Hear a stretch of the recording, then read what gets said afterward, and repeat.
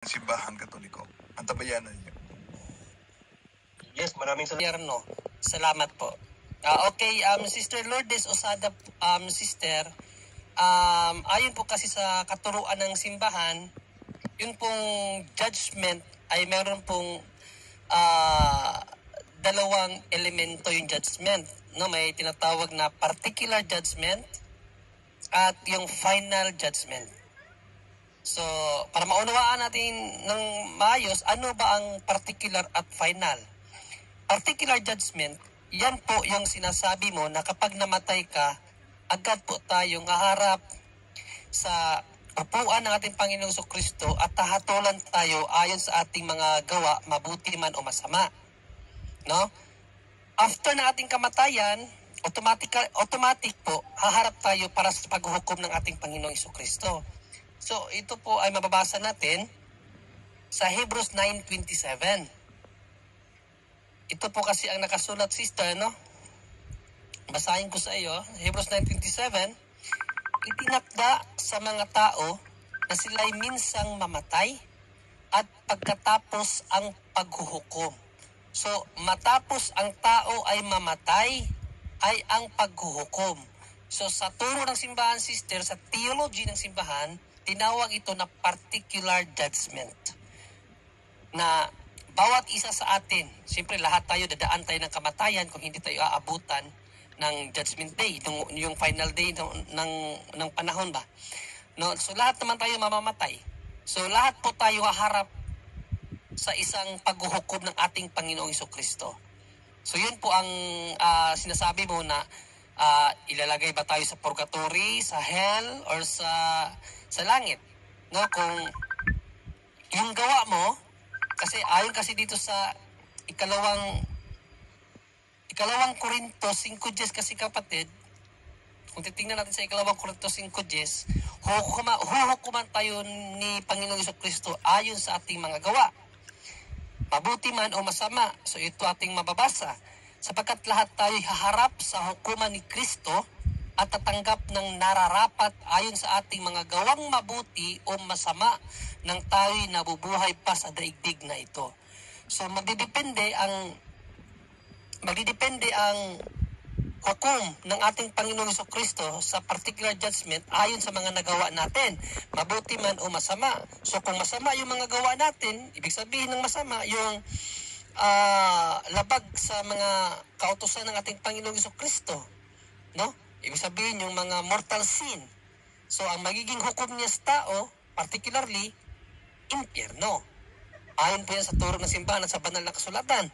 At kung ang gawa mo naman ay tulad ng mga banal natin, mga banal na tao, mga santo natin, so sa langit ka rin ilalagay ng ating Panginoong Diyos. Kung namuhay ka ayon sa pamumuhay ng mga banal, pagsasakripisyo, no? At talagang sumunod sa kalooban ng Diyos, so langit ka. Pero kapag hindi mo naman nasunod ang kalooban ng Diyos, pero hindi ka naman nakagawa ng mga malalaking kasalanan na nalabag sa kautusan ng Diyos, hindi ka niya itatapos sa impyerno, hindi ka rin niya iaakyat sa langit. Kaya doon po tayo ilalagay ng ating Panginoong Diyos sa purgatory. Yung pong purgatory ay isa po siyang estado o lugar kung saan pinaprocess ang ating kaluluwa, no? Inaalis yung mga stain of sin para karapat-dapat tayong humarap sa Diyos. Kaya may purgatory po. Para po yan sa mga tao na hindi pa karapat-dapat na pumasok sa kaharian ng langit dahil mayroon pang mga stain of sin na kumapit sa ating kaluluwa na kinakailangang linisin yun. Dahil ayon doon sa Apokalipsis 21:27 kasi, sister, walang anumang bagay na marami ang makakapasok sa langit, no? Sabi dito, ngunit hindi makakapasok doon ang anumang bagay na marami sa paningin ng Diyos. So sa langit di ka makakapasok kapag mayroon kang kahit kakaunting kasalanan. Kaya saan ka ilalagay ng Diyos kung hindi ka pwede sa langit kasi hindi ka naging perfecto sa paningin ng Diyos?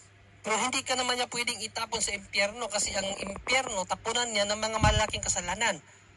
No, ang nasa iyo lang is maliit na kasalanan. Yung tinatawag na venial sin sa katuruan ng simbahan, venial sin. So kung meron ka niyan, kaya doon ka ilalagay ng Diyos sa purgatory para linisin ka. Ngayon, ito namang final judgment. Ito pong final judgment, sister, ito po yung event or panahon kung saan babalik ang ating Panginoong Jesucristo para sa paghuhukom. Lahat ng tao ay huhukuman. Okay, in Matthew 25, bababasa po natin yan. Matthew 25, umpisahan natin sa 31 hanggang 42, no? Ito po ating mababasa, sister. Pagdating ng anak ng tao, ibig sabihin si Panginoong Jesucristo bilang hari, kasama ang lahat ng anghel. Uupo siya sa kanyang trono ng kaluwalhatian.